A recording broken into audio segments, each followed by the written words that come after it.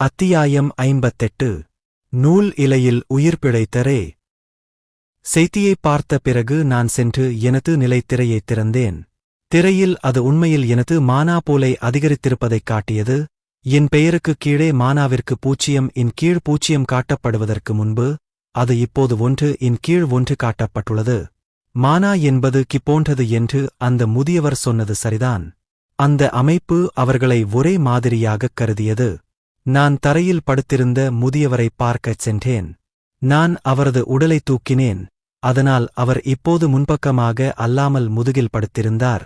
இதயத்துடிப்பு கேட்கிறதா என்று பார்க்க என் காதை அவரது மார்பில் வைத்தேன்.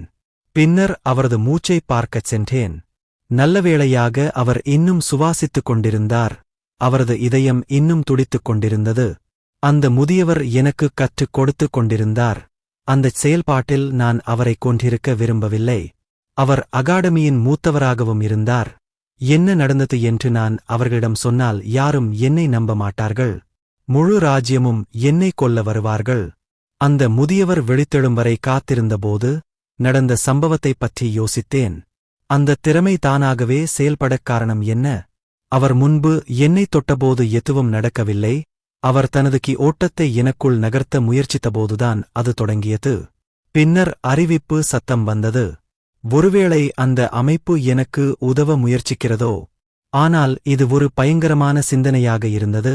அந்த அமைப்புக்கு அதன் சொந்த மனம் இருந்தால் அது என்னால் கட்டுப்படுத்தப்படவில்லை என்று அர்த்தம். நான் அந்த முதியவரைப் பார்த்தேன். அவருக்கு வலி இல்லை. இப்போது அவர் மகிழ்ச்சியுடன் குரட்டை விட்டுக் கொண்டிருந்தார். அவர் விரைவில் எழுந்திருப்பார் என்று நினைத்து நான் சிறிது நேரம் அந்த முதியவரை பார்த்தேன். 5 நிமிடங்களுக்குப் பிறகு அது விரைவில் நடக்கும் என்று தெரியவில்லை. அந்த முதியவருக்காகக் காத்திருந்து என் நேரத்தை வீணாக்க விரும்பவில்லை. அதே நேரத்தில் அவரை எழுப்பவும் நான் விரும்பவில்லை. நான் அவரிடமிருந்து எதையோ திருடியது போல் உணர்ந்தேன். அதனால் நான் செய்யக்கூடியது அவரை ஓய்வெடுப்பதுதான். ஓட்டத்தை நானே பயிற்சி செய்ய முடிவு செய்தேன். நான் தரையின் நடுவில் அமர்ந்து என் திராகன் கண்கள் திறனை செயல்படுத்தினேன். இந்த வழியில் என் உடலுக்குள் ஓட்டம் நகர்வதைப் பார்ப்பது எளிதாக இருந்தது. நான் கண்களை மூடிக்கொண்டு எனக்குள் இருக்கும் சக்தியை உணரவும் சேகரிக்கவும் முயற்சித்தேன். மெதுவாக என் உடலைச் சுற்றி சிறிய ஒளிரும் பச்சை துகள்களை உணர முடிந்தது. அது ஒரு சிறிய பட்டாணி அளவிலான பந்தாக மாறும் வரை என் வயிற்றை நோக்கி அவற்றை சேகரிக்க ஆரம்பித்தேன். இது அந்த முதியவர் பேசிக் கொண்டிருந்த ஓட்டம். அந்த மனிதனைப் போலவே என் உடலின் பல்வேறு பகுதிகளுக்கும் இரத்த ஓட்டத்தை நகர்த்த என் விருப்பத்தை மெதுவாகப் பயன்படுத்த முயற்சித்தேன். எனக்கு ஒரு விசித்திரமான உணர்வு ஏற்பட்டது. திடீரென்று அந்த ஓட்டம் மறைந்துவிட்டது.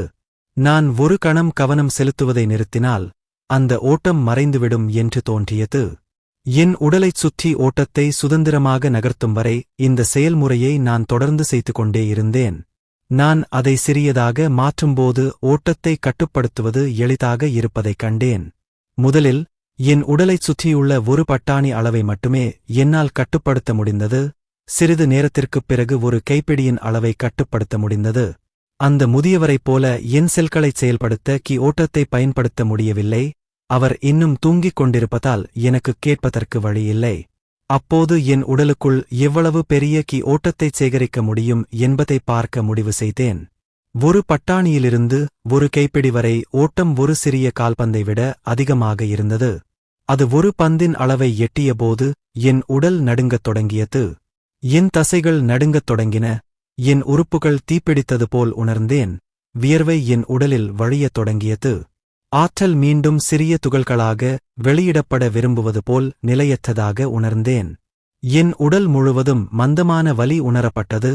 ஆனால் அது தாங்கக்கூடியதாக இருந்தது. அந்த அமைப்பு மற்றொரு செய்தியுடன் தோன்றியது. என் உடலில் சேகரிக்கும் உள்சக்தியா? அந்த அமைப்பு இதற்கு முன்பு எனக்கு ஒருபோதும் தீங்கு விளைவித்ததில்லை. அதனால் நான் அதை நம்ப ஆரம்பித்தேன். அது தோன்றும் போதெல்லாம் அது எனக்கு எப்போதும் உதவியாக இருந்தது. எனவே நான் ஆம் என்பதைத் தேர்ந்தெடுக்க முடிவு செய்தேன்.